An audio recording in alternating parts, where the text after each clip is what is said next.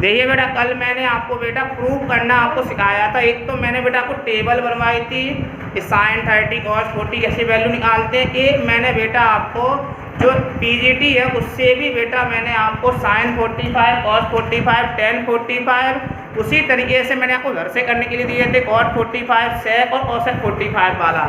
आज बेटा मैं उसी मेथड से मतलब फर्स्ट जो एक्सरसाइज है आपकी एक्सरसाइज 8.1 पीजीटी वाली, उससे मैं आपको आज 30 और 60 डिग्री के हम वैल्यू कैसे निकालते हैं वो भी बेटा मैं आपको बता देता हूँ। तो देखिए बेटा, जब आपसे बोला है 30 और 60, तो देखिए बेटा सबसे पहले बेटा आप एक ट्रायंगल बना लेंगे। ये देखिए बेटा आपने ट्रायंगल बना लिया ABC।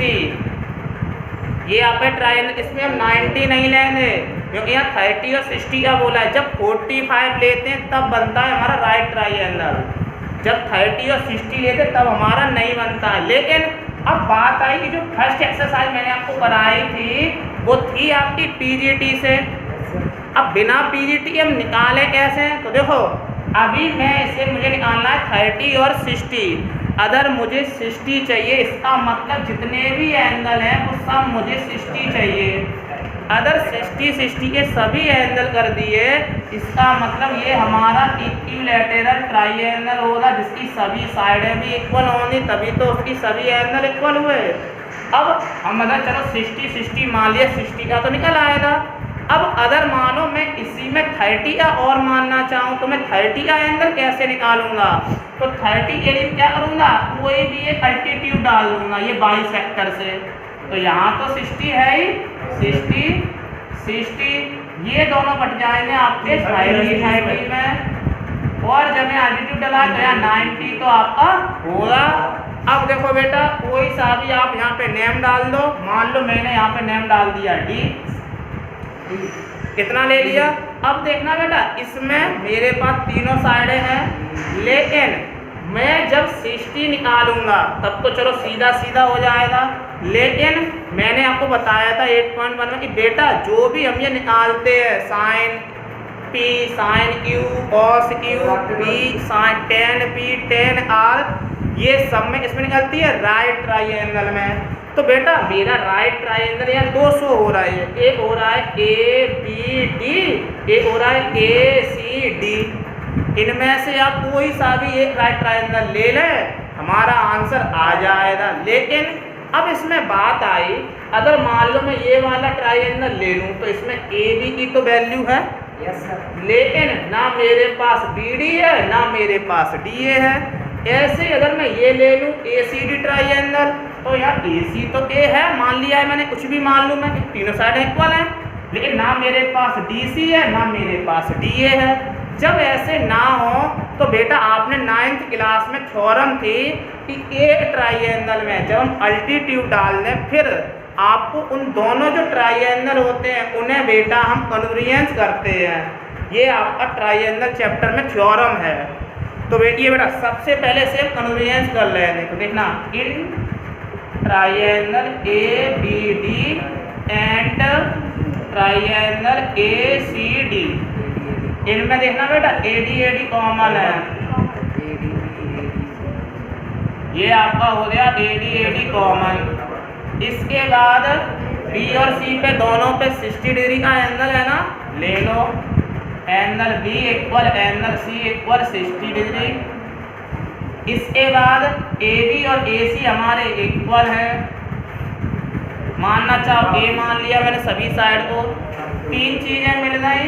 ये बेटा हमारा जो ट्रायंगल है वो हमारा कन्वर्जेंस हो गया हुआ। इससे बाई ये साइड है, ये एंगल है, ये साइड है, ऐसे है। हमने पढ़ा है कि जब दो ट्रायंगल कन्वर्जेंस हो जाए तो जो सभी साइड हैं और जो सभी एंगल होते हैं वो इक्वल होते हैं। इसमें साइडें बची, इसका मतलब जो हमारी BD है उतनी हमारी DC होगी, इससे हो जाएगी CPCT से बाई CPCT, ये इतना हमारा हो गया CPCT से, मतलब B इतना। और इसी प्रकार से ये जो हमारा एंगल है, ये मैंने 30 किए थे ना, ये भी इसी से किए थे मैंने, लेना चाहो मैं यहाँ लिख सकता हूँ। एंड जब ये साइड इक्वल होंगी सीपीसीटी में, ये एंगल भी तो चले जाएंगे। Yes sir. Angle B A D equal angle C A B, ये दोनों एंगल भी तो इक्वल हो गए, तभी तो 60 का था, तभी तो मैं 30-30 आधे आधे किए थे हाफ, वो इसी से हुए थे। अब लोअर सही है, उसमें ध्यान तो भी रहेगा बाई सी बी सी। अब जब बेटा इतना हो गया, अब मुझे निकालने सभी की value, sine 30 cos 45 sine sorry इसमें 45 नहीं, sine 30 cos 30 tan 30 cot 30 sec 30 cos, ऐसे ही मुझे 60 के निकालने हैं। तो देखना मेरा वही रूल है। अगर मान लो मैं यहाँ पर ले लूँ साइन 30, तो मैंने आपको बताया था पंडे बदे हरर बोले से साइन इक्वल होता है पी अपॉन एच।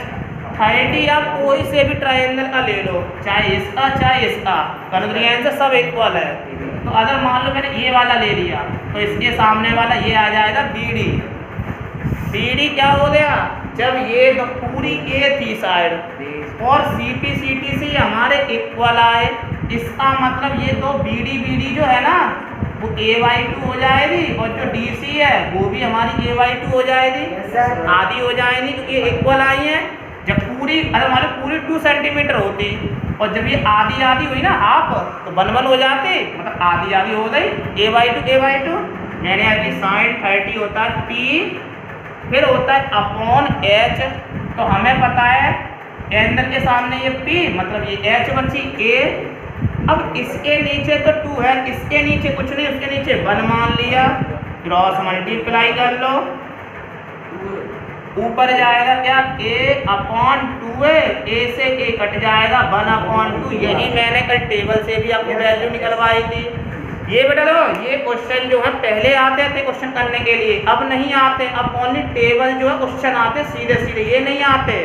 अगर कोई आपसे पूछ ले, इसलिए मैं ये प्रूफ करा दे रहा हूँ, एक बार आप नज़र में डाल लेना, ये आपके पेपर में नहीं आते हैं, सीधे सीधे क्वेश्चन आते हैं। अब साइन 60 × cos 30 प्लस इतना, उसे सॉल्व कर दो आपको टेबल से ही।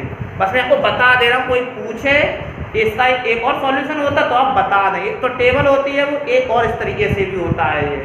तो देखो बेटा, मैंने साइन 30 निकाला, मैं आपको एक और निकाल के बता देता हूँ। चलो cos 30 भी, अगर मैं cos 30 निकालूँ तो होता है b/h। एंड मान लो चलो ये वाला ट्रायंगल ले लिया मैंने, कोई सा भी ले लो, तो इस 30 यहीं पे तो है, तो एंगल के सामने ये p, इसका मतलब ये b बचेगा, और ये वाला h बचा। बी डी कितना है, ए डी है हमारे पास, ए डी अभी निकाला नहीं, तो बेटा ए डी निकाल लेता हूँ पीजीटी से अभी, क्योंकि देखो यहाँ 90 इधर 90 है, इधर भी तो 90 है, तो इसमें लगा दो पीजीटी, तो मैं डायरेक्ट निकाल देता हूँ पीजीटी ना, साइड से निकाल देता हूँ पीजीटी में। ए ना ट्राइंगल, चाहे तो ए बी डी ले लेना, चाहे ए सी डी, मान लो मैंने ए सी डी ले लिया, इसमें लगा दिया बाई पीजीटी। मेरे पास हाइपोटेनियस है, मुझे यही तो निकालना ए डी, तो जब मैं ए डी निकालूंगा तब ये हाइपोटेनियस में से ये वाला स्क्वायर माइनस हो जाएगा, ये हमारा कितना हुआ a² माइनस a² अपॉन 4, नीचे 1, तो 4a² माइनस a² अपॉन 4 मतलब 3a² अपॉन 4। इधर से जब मैं स्क्वायर हटा दूंगा तो इधर आपका चल जाएगा रूट 3a² अपॉन 4। 3 का रूट होता नहीं है, a स्क्वायर है तो रूट हट गया, 4 का आपका 2 आ गया, मतलब रूट 3/2a। ये हमारा b निकल आया, लिख दो रूट 3/2a अपॉन h, हमारे पास a है, ये कट जाएगा, ये हमारा आ जाएगा रूट 3/2। इसी आधार पे बेटा आप tan 30 cos 30 सभी वैल्यू आप निकाल लेंगे। देखिए बेटा, जैसे मैंने cos 30 निकाला, अगर मान लो आपको यहाँ पे sin 60 के लिए बोल दे कि आप इससे sin 60 की वैल्यू निकालो, तो अब आप sin 60 इससे कैसे निकालेंगे? तो देखना, sin क्या होता है, p/h होता है, साइन 60 का ये है ना, तो इस एंगल के सामने ये हो जाएगा p, AD निकला है हमारा रूट 3/2a अपॉन, फिर होता है h, एच हमारा ये है ए, हमें पता है ए से ए कट गया, आंसर आ गया √3/2। इसी आधार पर जो बेटा आपका cos 60 है, चाहे tan 60 कुछ भी निकाल लो, मान लो मैं 660 निकाल लेता हूँ। लो सेक हमारा होता है पंडित बद्री प्रसाद हर हर बोल, मतलब H/B, H/B।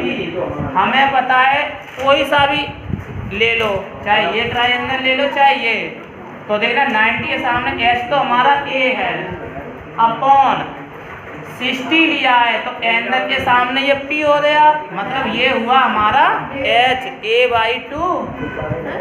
अब हमें पता है कि इसके नीचे कुछ नहीं है, तो उसके नीचे 1 मान लिया, फर्स्ट का फोर्थ से, सेकंड का थर्ड से, 2A/A, आंसर आ गया हमारा 2। सेक 60 की वैल्यू 2 होती है। देखिए बेटा जो आपकी एक्सरसाइज है, एक्सरसाइज 8.2, उसका बेटा फर्स्ट क्वेश्चन देखिए, फर्स्ट का फर्स्ट, इसमें ये लिखा है sin 60 × cos 30 plus cos 60 × sin 30। ये बेटा मल्टीप्लाई में है, आगे पीछे कोई दिक्कत नहीं। अब देखना बेटा जो आपका sin 60 होता है, sin 60 की वैल्यू होती है आपकी √3/2। जो आपका cos 30 होता है उसकी भी वैल्यू होती है √3/2। जो आपका cos 60 होता है उसकी वैल्यू होती है 1/2। जो आपका sin 30 होता है उसकी वैल्यू होती है 1/2। √3 × √3 3 होता है, 2 2 जा 4, 1 1 जा 1, 2 2 जा 4। इन दोनों का आप एलसीएम लेंगे 4 आ जाएगा, 3 + 1 4/4, इसका आंसर आ गया आपका 1।